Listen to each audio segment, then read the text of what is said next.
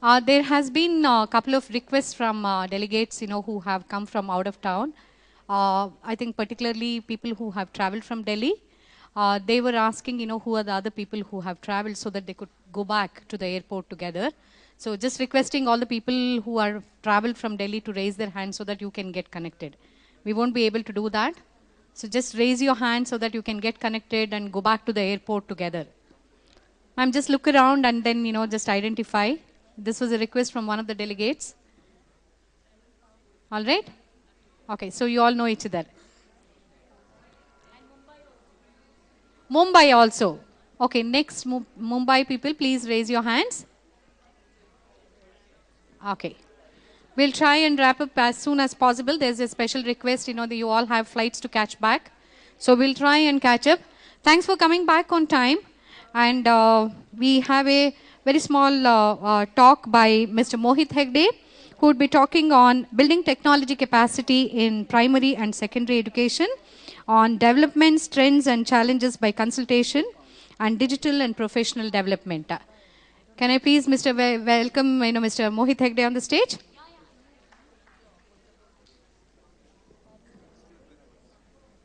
Mr. Mohit, try to wind up a little faster, so that the third panel also winds up faster, and then we can have the awards. So very good afternoon, everybody out here. I am Mohit Hegde. Can I have the attention of all? So I've been given 15 minutes, so I need to run you through a very large topic across. So 15 minutes, right? So here I am, those who cannot see me from the background.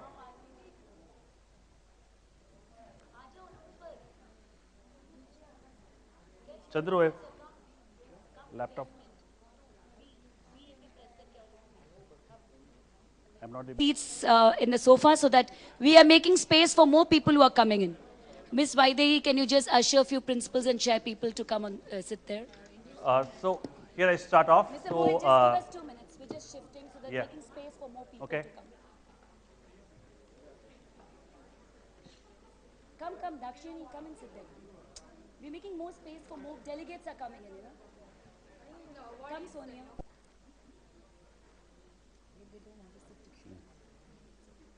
We kept chairs for our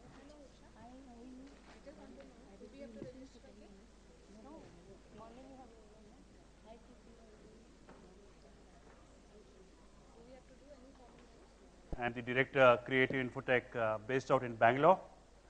So we have been listening to such wonderful speakers in the morning, and I stand between myself and the awards which is going to happen later on.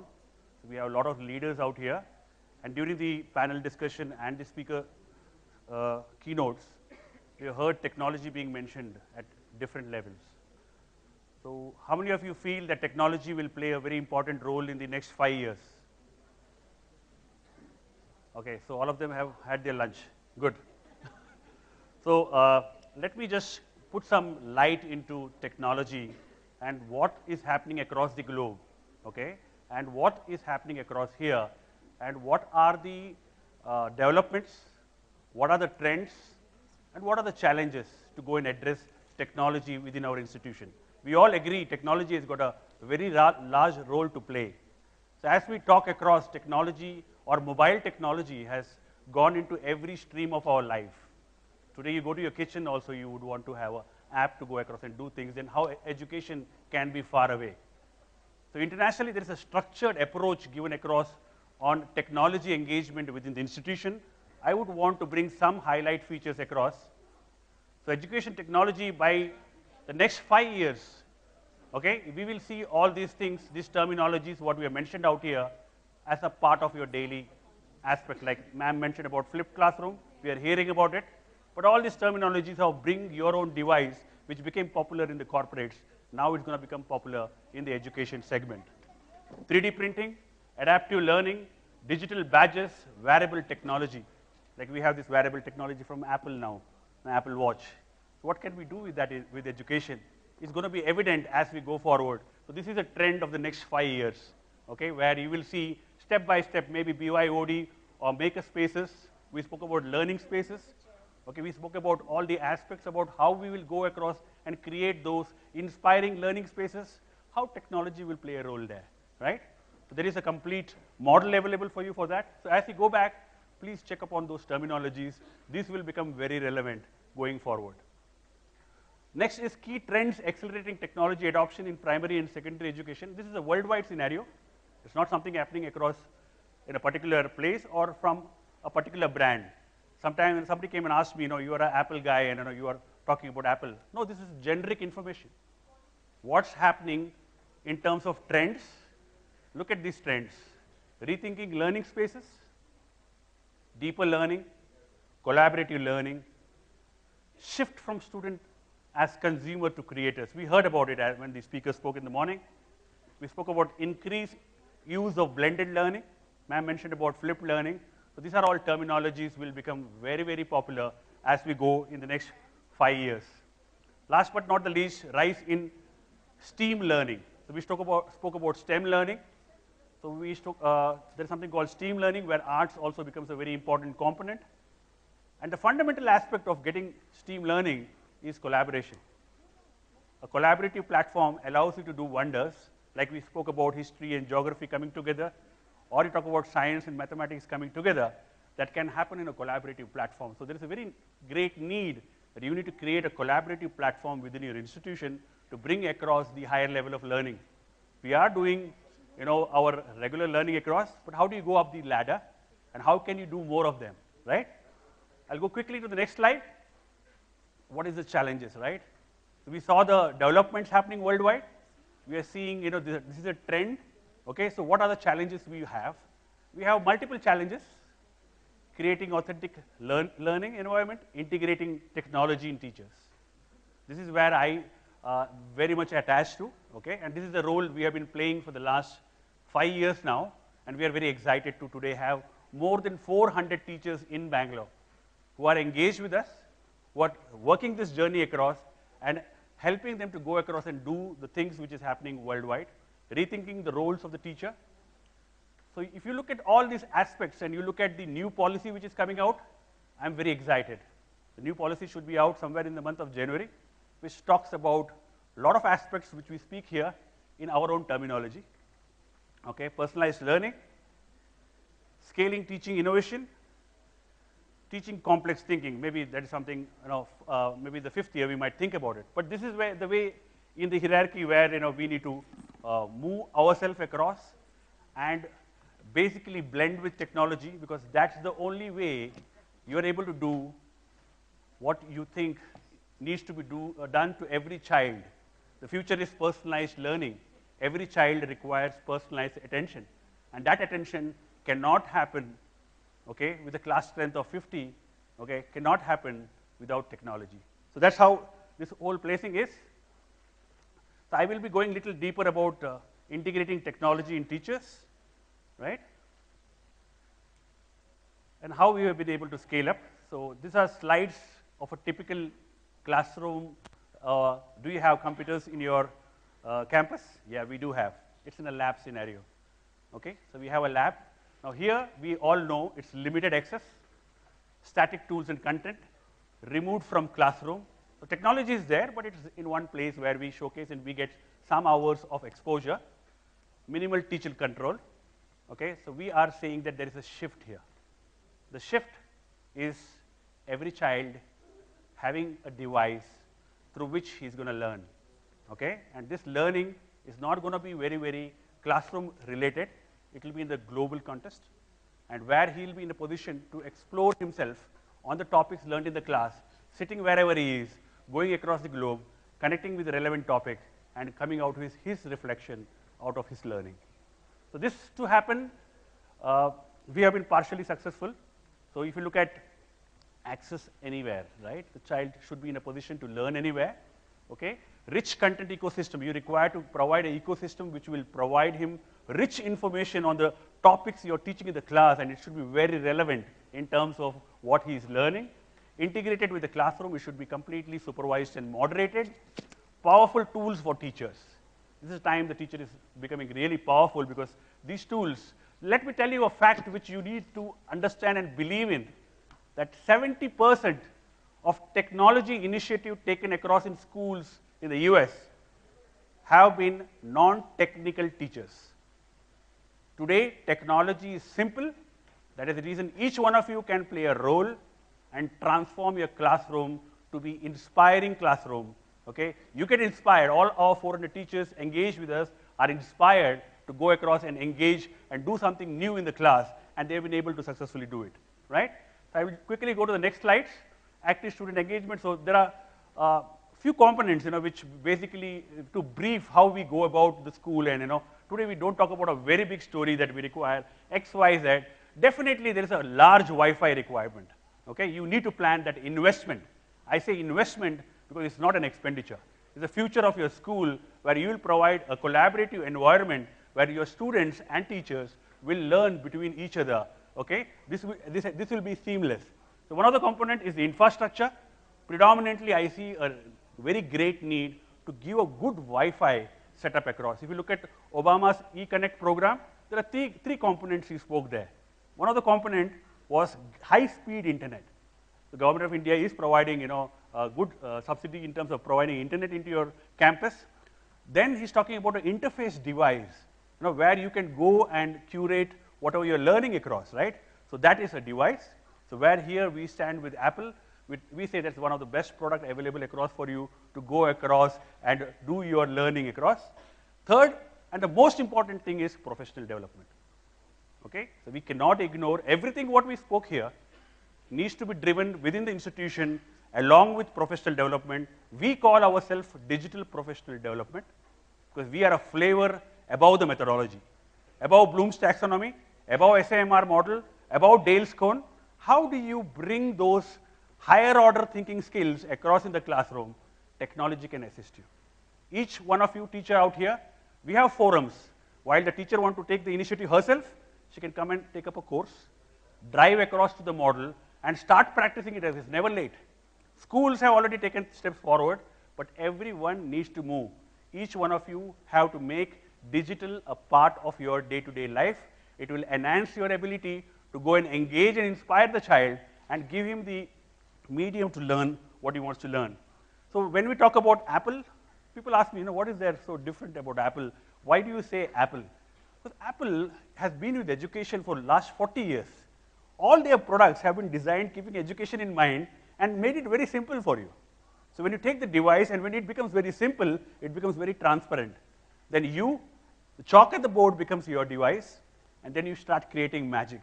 Okay, that magic is completely facilitating in the class, allowing you to do that learning environment, analytics about every child available to you digitally, and your day-to-day problems are resolved by technology. So please take it up. I've been talking about it for the last 5 years.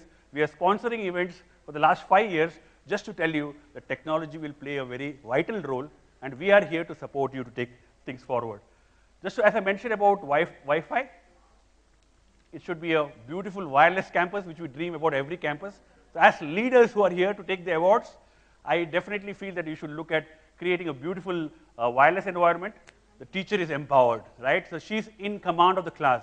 She needs to be empowered with the information to manage her classroom, 50 devices in the classroom, how she needs to manage. What is the digital citizenship? How do you bring that across? What are the aspects the parent needs to be educated about? So all these aspects we bring across and bring it across to the school so the school can slowly transform and you will find exciting teacher engaging with students across, right? So it was one more aspect about content management. While your lesson plan is your lesson plan, we don't believe that we need to intervene with the way you deliver your lesson plan. But what we want to give you is rich resources which can really excite the classroom, resources which are free for you, it's available in the framework, and it is authentic resourced material available for you for any lesson plan. So we have a medium. Most of you would have, having the phones would have seen these icons. These are very, very powerful icons across, because each one of them happen to be the largest distribution center. The first one you see is the largest software distribution house across. It's the App Store. It's the largest one in the world. You talk about the iBook Store, is the largest bookstore. Millions of books have been downloaded from there. iTunes U is a course management for you. So these are all the tools which are very simple to operate. You need to go through the professional exercise, and then you can go across and engage in the classroom. So when you look at it, we have more than 10 lakh apps. okay, in the App Store, out of which 1 lakh apps only on education.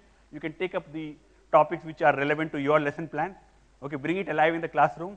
Like you mentioned, gamification is a critical component of learning. You can really create a learning environment which will be very, very inspiring for the students. We have aspects like books across from all the subject domains which are available for you to link into your classroom. Allow the child who is self-exploring to go to a place where he can explore without being bothered about any content which is not relevant to him. It's a secure content available from Apple platform. iTunes U, I don't know how many of you know about iTunes U. It's a fantastic platform to distribute your courses which you're delivering in the class.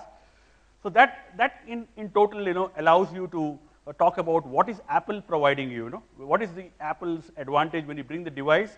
You get a framework to deliver your courses which is relevant, which is global in nature, and you're able to create a PLN between the people whom you are interacting with. So classroom, we don't talk about too many things, but simple things like you have a TV in your classroom or you have a projector in the classroom. You can just connect one Apple TV, okay, and that will behave the way I am behaving, disconnected from the podium. I can stand anywhere, I can come near you, but still I am in total control of my screen. These devices are available across from Apple. You can use it in your school. It costs only 6,000 bucks. Connect to your projector and you have an Apple phone. You can use it across and into your classroom without anything across. As I mentioned, we are very proud. Nationally, we stand #1, okay, in India. Across the globe, we have 4,000 institutions who are one-to-one with Apple. 4,000. In Bangalore, right now, we have 400 teachers who have gone one-to-one. And let me tell you, it is across curriculum.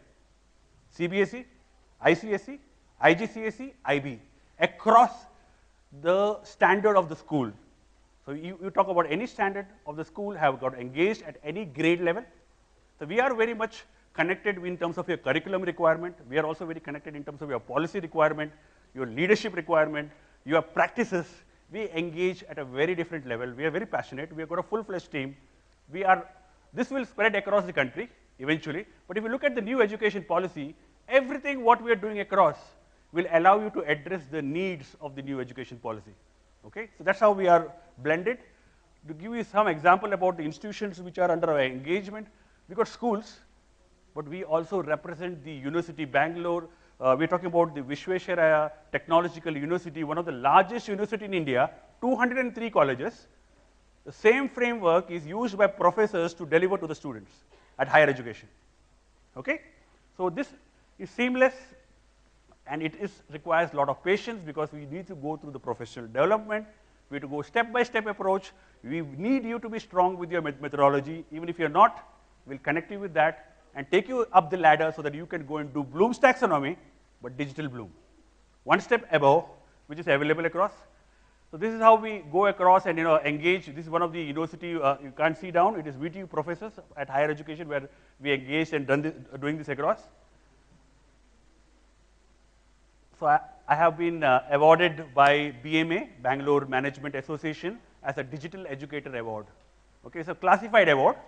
Thank you so much. This is a very classified award. It was along with Narayan Murthy sir, he got the Lifetime Achievement Award. But this allowed us to showcase so beautifully in higher education, and this allowed us to now become a primary engagement partner for higher education.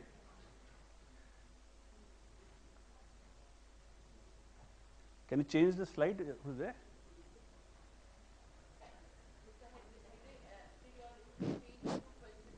Yes. Number one is that, first of all, Supreme Court don't allow, mobile phones and any of these electronic gadgets in the classroom. Yes. But we are talking here about that gadgets connecting to Yes. digital learning and everybody else. Yeah. Yeah. That's one. The other is that Google is coming into what you're doing. Yeah. Microsoft is already halfway through. Yes. This is what Apple Yes. is doing. Yes. And Apple is now Yes. coming Yes. or whatever. Fact remains that Apple is perceived to be very good, superior, but not very much understood in terms of Okay. Okay. Yeah. Yeah. compared to Microsoft, who is very similar. You're right, ma'am. So, how do you account for these two answers? Yeah. Other than if I can't bring a technology to my classroom because I can't allow my teacher to take a mobile phone or any of those things, and at the same time they use it. Yes. Very nice. Kind of, I'm glad you asked this question, ma'am. Just to give you some highlight across, I think people who are from Maharashtra or from Bombay would be aware about the government's policy about reducing the weight of the bag. I'm just mentioning about it because they have given a mandate. It should be X percentage of the weight of the body of the child, right? Already the mandate has been given. Second thing, e-Pathshala. How many of you heard about e-Pathshala? Wow, this side, yes. So what does that mean? That government has got intentions very clear. They want to bring technology in. As far as my phone goes, don't worry, ma'am, we have got iPod Touch. You can do the same thing with iPod Touch. You don't require to have a mobile device. But between you and me, we cannot be ignorant about what's happening globally. India is the second largest education system in the world. Second largest.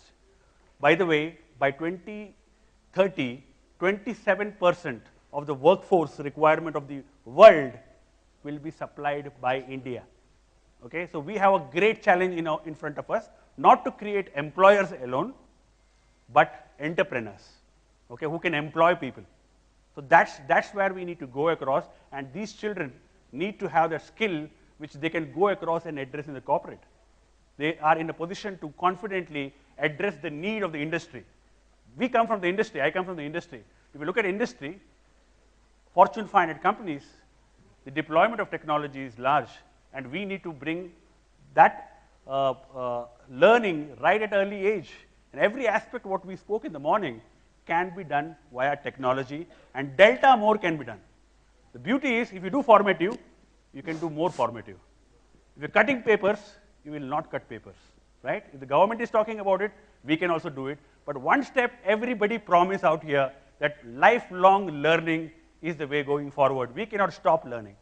As long as we keep learning, I think we will address the need of 21st century. And this is a place where we could showcase across. There is so much of data available. You need to explore the internet.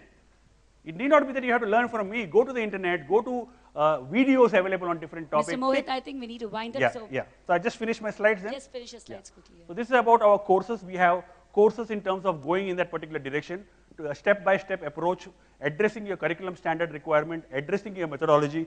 We go through that. This is the award which I know some of them clapped for me. So once more a clap, because it is, I believe.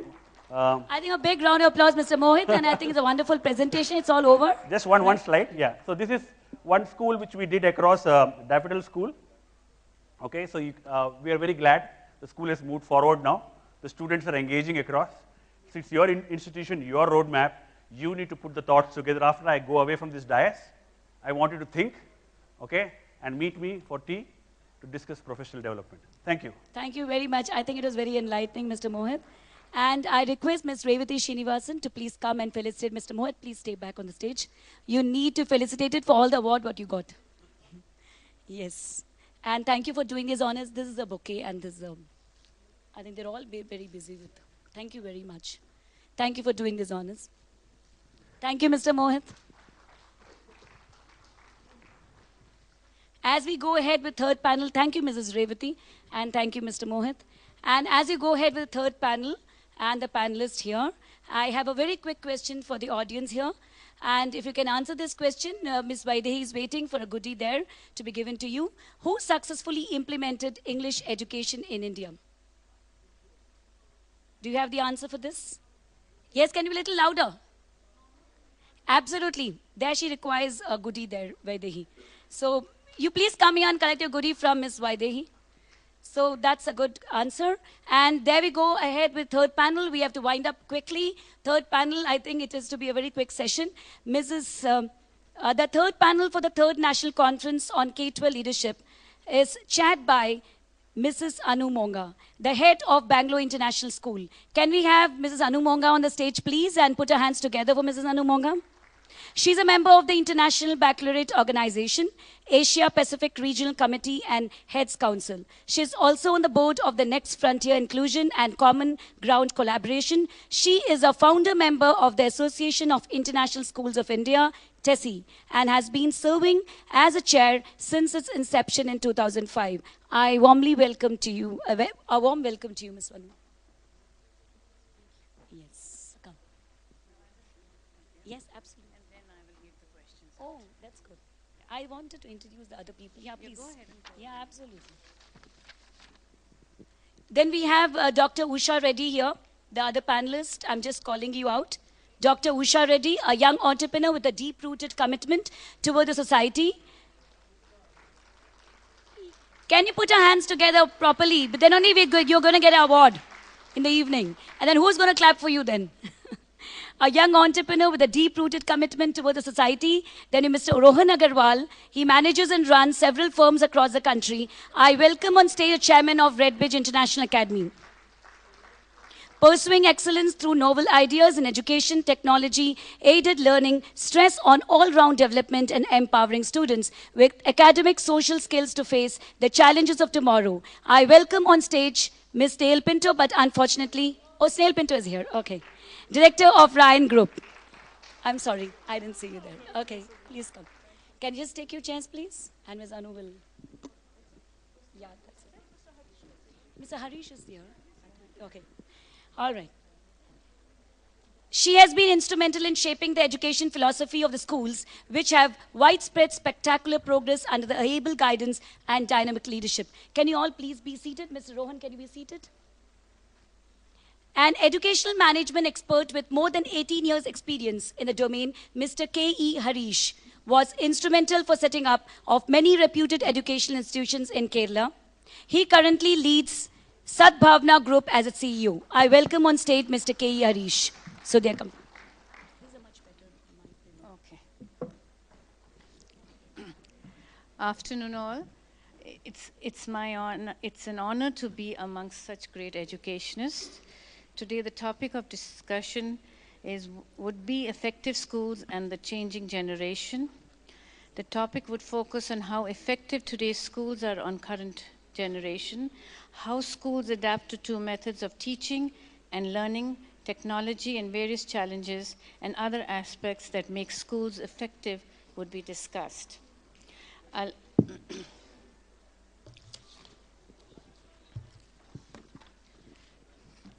We need to educate the next generation differently, not so much because they are different, but because the world is different. We now live in a networked world, a world where the barriers of national and international boundaries have become less relevant, and the world, and the world figuratively is a smaller place. In such a world, we must prepare our children to deal with the constant changes, to build citizens for the 21st century, and we have to now look at an education that works to help students to learn to see through the hearts, minds, and eyes of themselves and others. How do we prepare students for a world where familiar boundaries and assumptions are being replaced by new realities? As Tennyson said, the older order changeth, yielding place to new, and as education we need to provide experience to our students that have international and global significance. And if we do not change, we do become the casualty of that change. Today, all countries of the world are interconnected in virtually every aspect of life. Today, households across the world are linked globally by the World Wide Web. Boundaries are fast fading, and problems that have been one part of the world is no longer an isolated problem of that region alone. It is now the responsibility of the whole world community. Today, we have widespread population immigration from third world countries prepared to move to more affluent regions. International trade and economics too has bound the world together, and our classrooms, it is now unusual to see students only from one part of the country.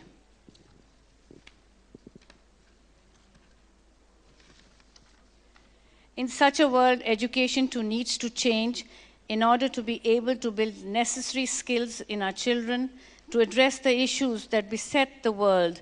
That is where the 21st century education gains a global awareness. It means learning about those issues that cut across national boundaries, and about the interconnectedness of systems, ecological, cultural, economical, political, and technological. Global education also involves perspective and seeing through the eyes and minds and hearts of others. And it means while individuals and groups may view life differently, they have a common need and wants. How can we implement this in our schools? And that can be done through the education that encourages a global perspective. The 21st century education endeavors to infuse a global perspective into the curriculum. It encourages opportunities for students and teachers to work with individuals whose ethnic and cultural backgrounds are different from their own. The 21st century education helps us to understand the interconnectedness between nations and our interdependence as essential for our survival. The 21st century curriculum will endeavor to connect the matter that is taught to a global perspective and use a methodology that will encourage research, questioning, and discussion. And that is what makes it exciting for both facilitators. Today, teachers are not teachers, they're more than like facilitators.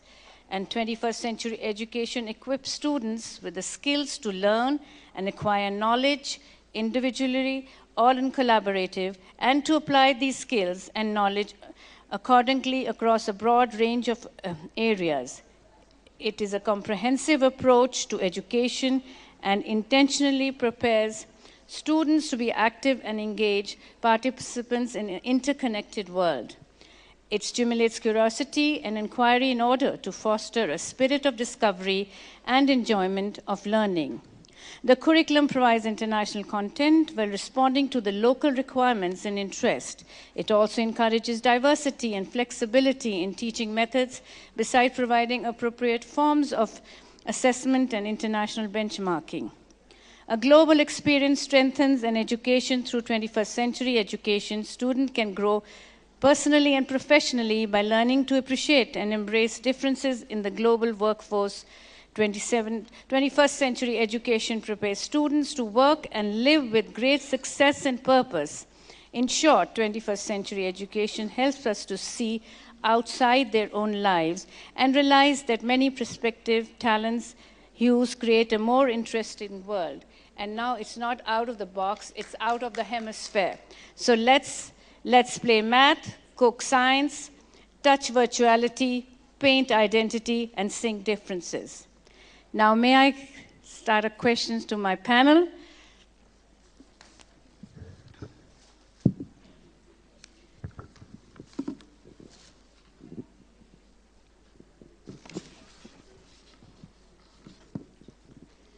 Today, a digital kid thinks of ICT as something similar to oxygen.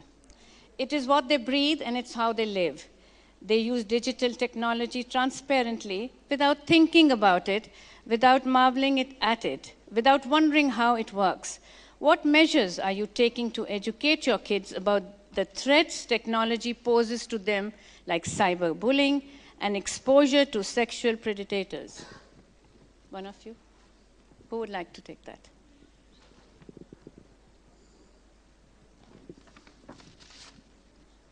Hello? Hello? Good afternoon. It's audible, right? Okay. I wanted to start with 2 points. Of course, digital threats are there, but you cannot deny that. I strongly believe that schooling can be divided into, or education itself can be divided into 2 domains, before Google and after Google, AD and BC. So if information is the reason why we all are sending our kids to school, those days are gone, because teachers are not the information source, library is not exclusive source. So all the informations are available. So you cannot avoid to say no to them. They'll definitely go for that. So first thing, the schooling has to be refocused into skilling, perception, and enduring understanding, for which digital technology is completely necessary, number 1. Number 2, even if you deny it, they'll get access to it. So you need to have a system where they are enlightened about the consequences, and you need to start appreciating the positive qualities of it. There is no point in denying it. First aspect.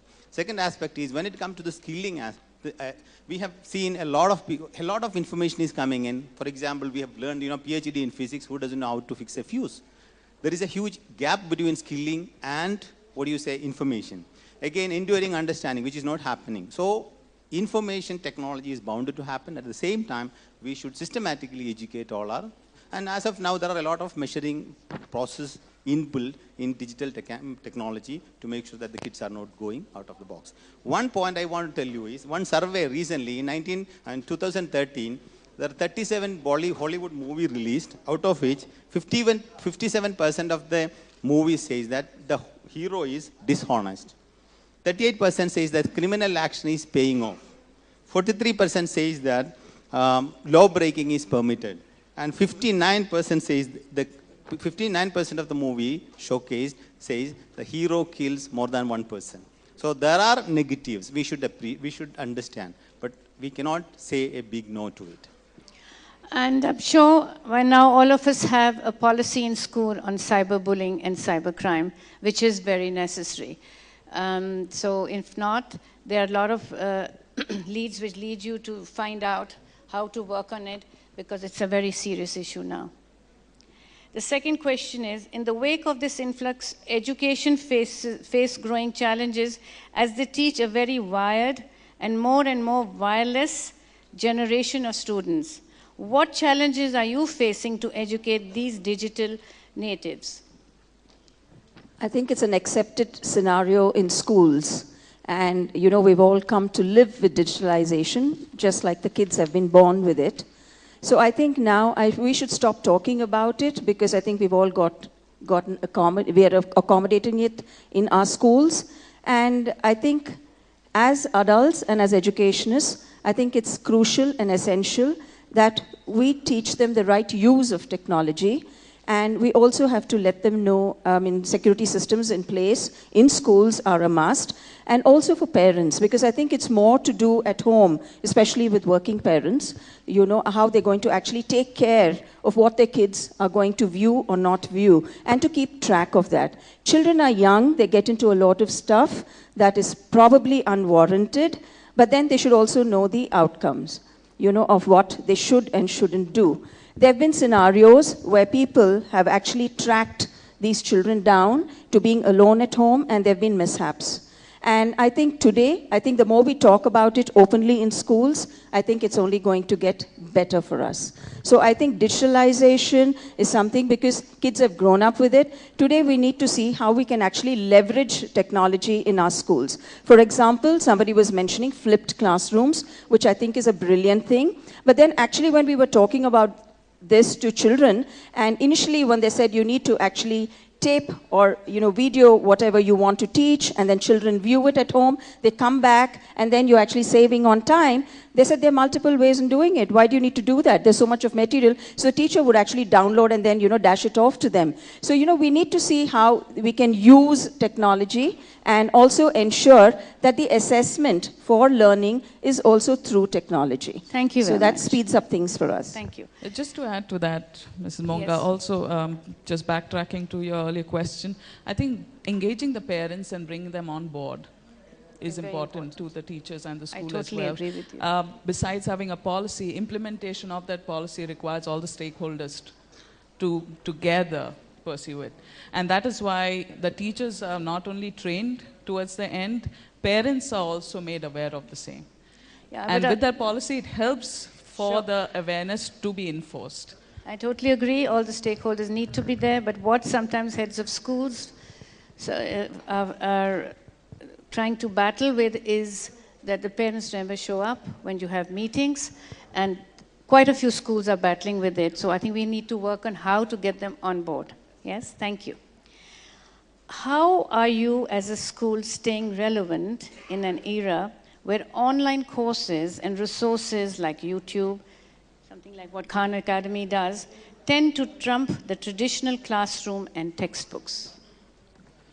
I think it's very important to know that technology is always going to be a part of our life now and in the future.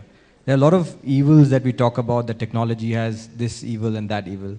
But you also have to realize that technology over time also is going to change and create spaces and create models which will actually help you enable and make the security of your children better. This is just to answer the previous, just to add to the previous point. In terms of you know, how a school would deal with the technology taking over classrooms, I don't think that the technology will ever take over the classroom. It will only aid learning for our children. anything about learning is always about touch, it's about personal. Till you have an interaction with teachers, till you understand the topic and it's been explained to you in person, you would never grasp that concept as well as you would if you studied it online. So teachers will always continue to play a very important part in the education of a child. When I say teachers, I mean parents, I mean the teachers, I mean the staff, I mean everybody, because the personal interaction is what we as individuals are losing out. In our older generation, we saw in India, we saw bigger families, joint families, where there were more people children could interact with. And they are the children who are actually got better base and have got better core understanding of ethics, and those things. So as in more we move into nuclear families and we move into families which are smaller in number, children going to schools and interacting with different people, teachers, principals, will continue to play a major part in their life. Thank you very much. Great teachers using digital technology will be the most powerful educators in the 21st century. What sort of professional development are you providing for your teachers to cope with the changing needs? One of the things that has to be the cornerstone of an effective school is effective leadership. And therefore, first is to empower the leadership. Getting them to understand the vision of a 21st century school. We are already in it, so to keep talking about it is rhetoric.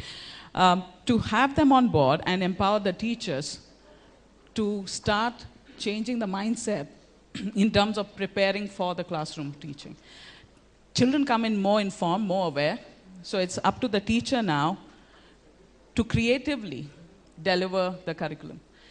Gone are the days of a standard structured lesson plan, because you have 40 minutes to engage these wired individuals who have come in better prepared than you would have on most days. They have questions. One of the things that we have learned in all the talk about technology being at the forefront of all learning is empathy. For a teacher to connect with the students, if you do not have empathy, if you do not understand the context from where they're coming, if you do not understand what is their emotional state, where are they coming from, because we're facing with challenges from family backgrounds that didn't exist 15 years ago. You got to understand context before you deliver your lesson. Most often than not, and I think all of us have traveled that path, where teachers enter the classrooms with a very linear mindset of having to deliver what she has prepared for the day. And you would be surprised, and I'm sure I bear testimony to the fact that any given day for a principal is not the same. There are new learnings every day unfolding. You start off your day with a plan. At the end of the day, you're wondering, what did I really accomplish?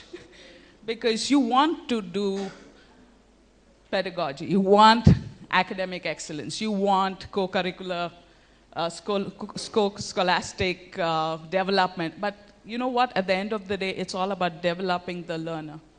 And if you met the learner's need at that point of time, for me, that's a job well done. And teachers need to be aware of that. They need to be armed with that knowledge, because they need to have, it's amazing the number of hats a teacher has to wear now, unlike in the yesteryears. Earlier, schools used to be temples of learning. Now, they are information centers, and teachers are basically having to perform the role of a data miner. Her role would entail having to be a facilitator who would help students discern knowledge from information.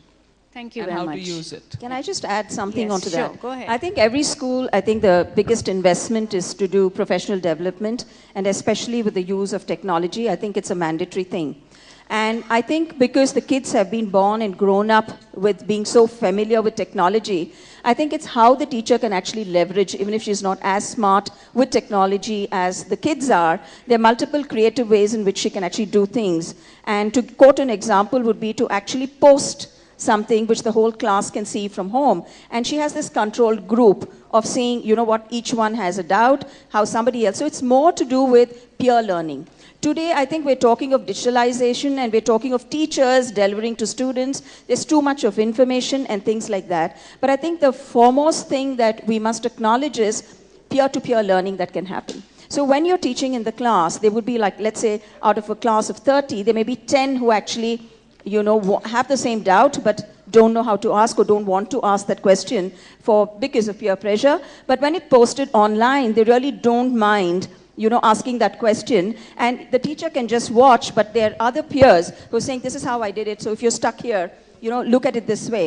Or this is the, you know, next step that you need to be doing. So the 10 others who are also shy would probably be learning from that. So I think this peer-to-peer learning online, I think is an effective way for the teacher, and that's the beauty of digital learning. Thank you so much. Interestingly, students pave the way for collaborative learning better than the community of teachers and schools. So today's information and communication technologies have infiltrated into our lives at an exceedingly rapid pace.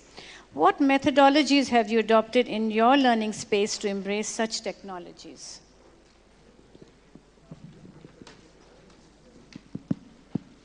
Basically, you need to serve 3 levels of contents. One is intellectual content, which IT can deliver. But when it comes to the humane content and the social content, which is value, you need to have a different approach altogether. Because often, when you deliver the content per se without a perception, the only one side of the whole story is being received by the child. One example I can showcase is the teacher teaches the reasons and effects of World War I. Unfortunately, the teacher forgot us to teach that the war is against humanity. So what is happening is the perception aspect is missing. So the methodology or the latest pedagogy has to be building around 3 basic factors. One is perception, second is skill, and third is enduring understanding, which is definitely application oriented. Thank you. In recent times, there's a lot of buzz about the need to equip our students with the 21st century skills, like life skills, workforce skills, collaboration, leadership and responsibility, personal skills, critical thinking and problem solving, and interpersonal skills, cooperation and teamwork. How are you restructuring school to help students foster these skills and become global citizens? Well, I can just give a practical example of what's happening in Chennai, the disaster that struck with floods. And all of us have been viewing it on television so much. So when you actually get back to school and then, you know, you feel, you sensitize the children, obviously everybody wants to help out. Now, when we say the human aspect of it is when you actually talk to them and you empathize with what's happening, but you can't stop there and you've got to take it a step further. It's always great to involve the children because that's problem solving in the most creative and critical manner. So then they have come up with ways in which they're going to raise, you know, funds. So we were looking at it differently because we belong to a different generation of, you know, setting up shows, having art exhibitions, auctioning, and so on. But the kids had a different viewpoint. They wanted to use, technology to actually raise the funds. So they set up a page. They were networking with people, social media, and I think they were much quicker than us in actually raising the funds, and they were also deciding what to do. So when you're talking of leadership in students, I think it's very important and pertinent that we give them an opportunity to showcase their talents, to organize and to do things, and they're bound to be using technology in the process. And to answer the previous question of how schools can use technology in various ways, it's not just for teaching. I would look at it, you know, threefold, because you can look at it from a parental perspective, through ERPs where they actually get to know if the kids have come to school, what's the homework given, and a whole lot of other things can be there, like right from your fee and all the basic stuff. For the teacher, it's how she's going to disseminate things from across the globe in a different manner, pose questions that the kids can answer. She can also do her assessment. From the children's perspective, it can be used in n number of ways that if we start listing, it is probably going to be an endless thing. But yes, I mean, I have a colleague of mine who's sitting here right now, and her granddaughter's in the annual day at school. So what's the school doing about it? Live streaming. And so she's like, once this is done, I'm probably going to watch my granddaughter, do it. So schools are getting into use of technology in multiple and modern ways. Thank you so much. If I can just add sure. one point, Go ma'am. ahead. I think we talk about effective schools in the 21st generation. We have to keep one thing in mind. Technology is going to be a part of our life, but what is with us will never change. The nature, the learning that we get from nature will never change. While we continue to adopt technology and various forms of technology, it is very important for us educators to also pay attention to nature and what the nature teaches us. You know, creating spaces with natural light, natural air, learning from the trees, learning from the birds. You know, that's something that may be forgotten in the near future, but that's the learning that they have created would never change. So technology is good, but you also have to keep remembering your balance with nature. And if you're interested to know more, there's a book called The Third Teacher. And that was exactly what you was talking about, the building, the construction, the ambience, and the color codes. So it's a very interesting book. If you can pick it up, you really enjoy reading it. I have a last question before we open it to the crowd. Student assessment, whether by standardized tests or classroom-based measures, is a cornerstone of effective teaching and learning. What steps have your schools taken to create and implement assessments to promote 21st century skills in classrooms?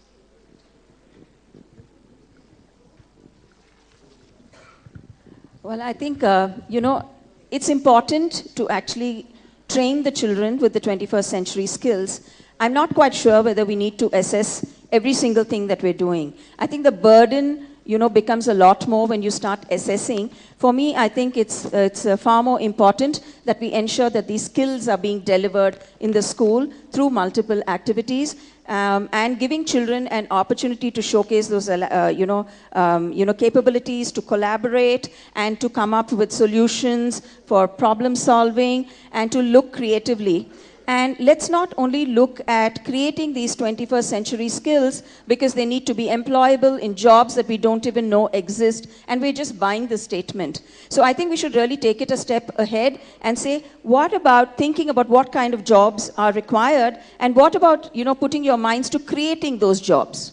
So I think that is another critical thing that you can be thrown open to students. And, you know, they start actually throwing themselves in the time machine and will probably start thinking about, oh yeah, so let's see what we can do. So why do we say we don't know? Maybe we don't, but the kids can actually imagine and then come up with some of these solutions. See, this is what I was talking about. It's not only your marks, it's not only your assessments, it's not only the data you look at, it's the other side. What are you doing to develop, to see the skills of a child? A child could not be, maybe not a good mathematician, but you know, he may be good at something. So there are different ways of assessments, and that is what my question was. And and I think we'll leave it open to our esteemed educators. If they have any questions for the panel, please go ahead.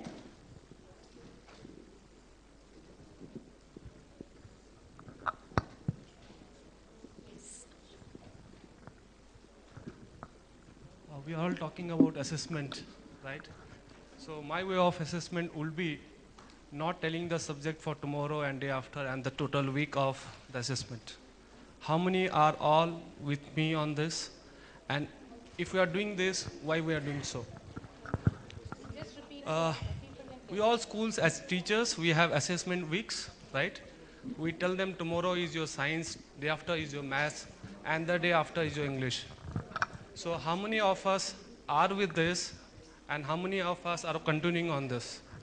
I could answer a bit for you. I don't think all schools are doing that anymore. And yes, of course, they have their tests and whatever, but this is not the only part of assessment. There's much more. We have projects, we have outbound trips, and a lot more. So I think at this point, I don't know what everybody feels, but I don't think we are just working on our math and tests or whatever. Yeah, it's no longer limited to your knowledge component and theory learning. Just the fact that after a trip, a student has written a reflection of that trip is a good assessment piece. It's how the teacher decides to use it that is important. And that is why when we are talking about lifelong learning and we're talking about PD and we're talking about all of the nice things, implementation is at its core. And given the set of challenges every school has to face, especially in different levels of like the metro cities and the tier 2 cities, the challenges are manifold. Today, a student security is of utmost concern to a parent, but for the parent, that student is the world. But out here in a school, all the students are equal to us. So you have to understand, you got to make sure the teacher is well armed, not only with information, but understanding of how to use that information. She has to be a negotiator with the parents. She has to be a counselor for the students. Like, that's why we said about the many hats. But at the same time, the underpinnings of being well armed with content knowledge, concept knowledge is imperative. I mean, there is no negotiation to the fact that the teacher comes into the class underprepared or unprepared. That's absolutely, that is a non-negotiable. I'm sure the heads of the schools would agree with that. Like, that is of the past. Thank you. Anybody else?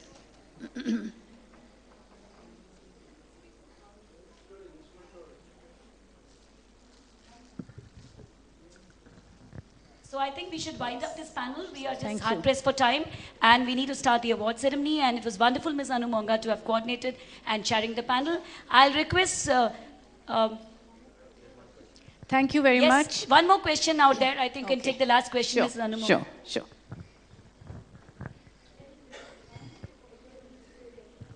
We can't hear you. Could you be a little louder?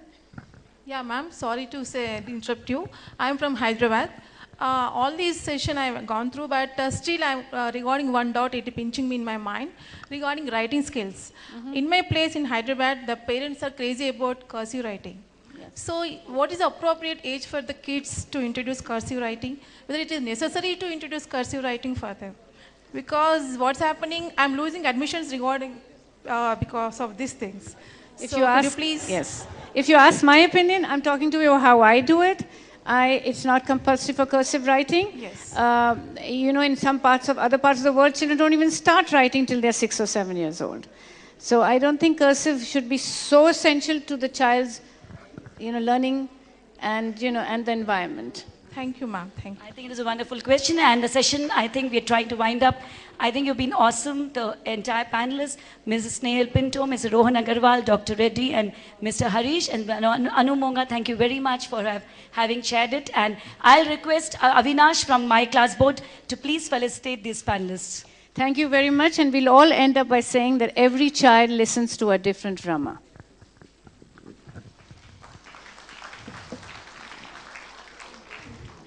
I'll request the panelists to be on the stage while you're being felicitated by Mr. Anil and Mr. Avinash.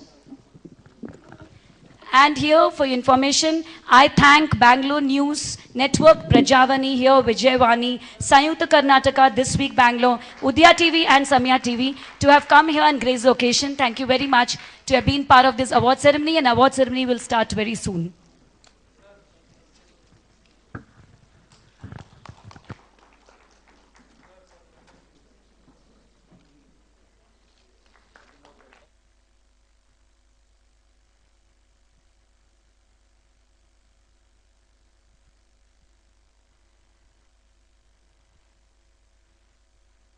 I'll request Leanne to take the stage and announce a magazine launch.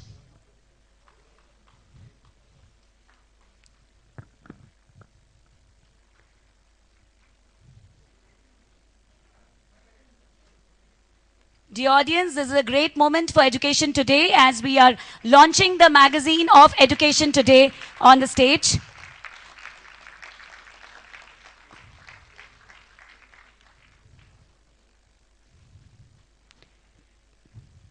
Thank you once again, panelists. And Leanne is taking the stage and she's announcing the launch of the magazine. And dear press, this is a very, very sensitive moment for Education Today. So please do the needful.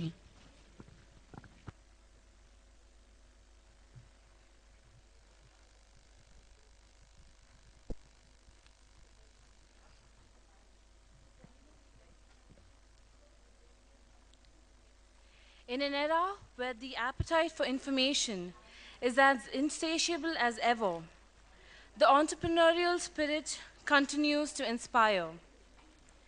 The print edition of educationtoday.co is a special one, as it is the first corporate education edition, a print version. The edition encompasses a number of ideas that can contribute to better understanding of the entirety of education. Since its inception, since it was the first inception of the magazine, it was only apt to begin with an evolution of education. Our cover story, Dawn of India's 69th Independence and Evolution of Education, traces India's history in education through the ages, from our earliest civilizations, from pre-independent era to post-independent era. Experts in the education field, whom we are all familiar with, give us insights as to how the education is today or should be in this year of the 69th independence of India. The edition covers topics like STEM education for women, written by the famous Namrata Jha, descriptions of various youth organizations, a whole new take on the RTE Act, child abuse and how one can prevent it, and theories of early childhood learning. In addition to the profiles of prestigious schools and preschools, the edition also carries the winners of the School Merit Awards 2015. I now call upon stage the founder and managing director, Ms. Anil Sharma, the head of Bangalore International School, Ms. Anu Monga, Ms. Vibha Raj from EDA, and Ms. Usha Mohan from the Bangalore School.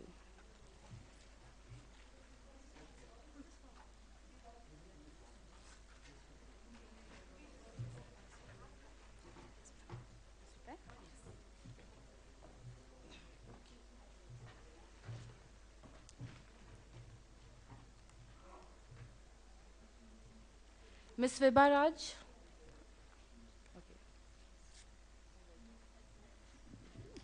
Okay, we will now launch the first edition of www.educationtoday.co.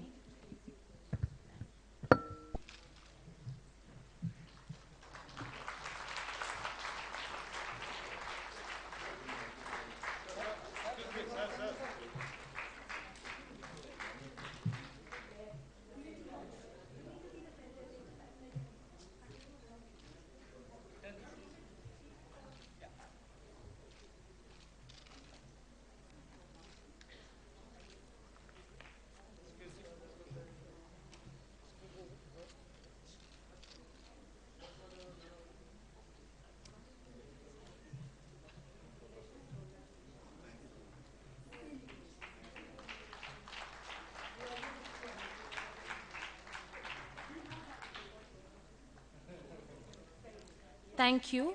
I now ask Ms. Usha Mohan to take over for the survey report. I think a big round of applause is required for the magazine launch. Nobody clapped, right? Yeah, that was good enough. We'll clap for you when you get an award on the stage.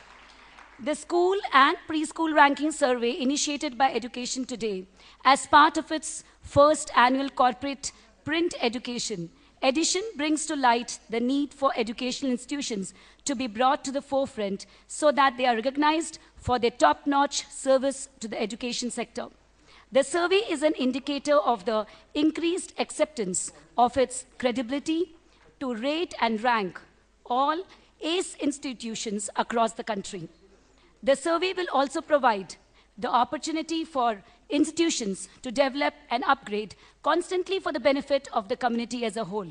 The school and preschool survey was meticulously created by a brainstorming panel of varied educators and other professionals looking to create the perfect survey from previous research conducted. The survey was based on research that focused on the present scenario of the education sector in India, the need for educational institutions, the number of private institutions, the quality of education imparted, the number of students being educated, the satisfaction level of the consumers, and the relationship between service providers and the consumer. A set of questions pertaining to parent-teacher involvement, infrastructural provisions, tuition, security, hygiene, staff and management, extracurricular activities, sports education, and syllabus, among others, were highlighted. The panel thus created two questionnaires for schools and preschools. The first survey questionnaire was addressed to the educators of schools and preschools, and the second to parents of students. The survey was made accessible through online platforms like Facebook, Twitter, Google+, and LinkedIn. Surveys were sent by mail to schools and preschools. Institutions were also informed about the survey through personal calls. A period of 6 months from May 2015 was utilized for the purpose of the survey. The survey, created by an expert panel, was distributed throughout the country. The forms that were filled and sent back to the Education Today head office was analyzed and categorized by a team of company experts. The team of experts conducted the survey on 2,000 schools and 200 preschools from all across India. The schools and preschools were chosen based on previous credibility and word of mouth. Of the 2,000 schools, over 500 responded. Of the 200 preschools, over 80 responded. The survey was also left open to other participants who could access the survey forms through the various social media platforms. To keep an accurate classification of schools intact, the survey team at Education Today classified the schools into CBSE, ICSE, and international categories according to their syllabus. The preschools were classified into Montessori and daycare. Questions in the survey were segregated under 8 parameters. Each of the parameters was marked out of the total 100 points.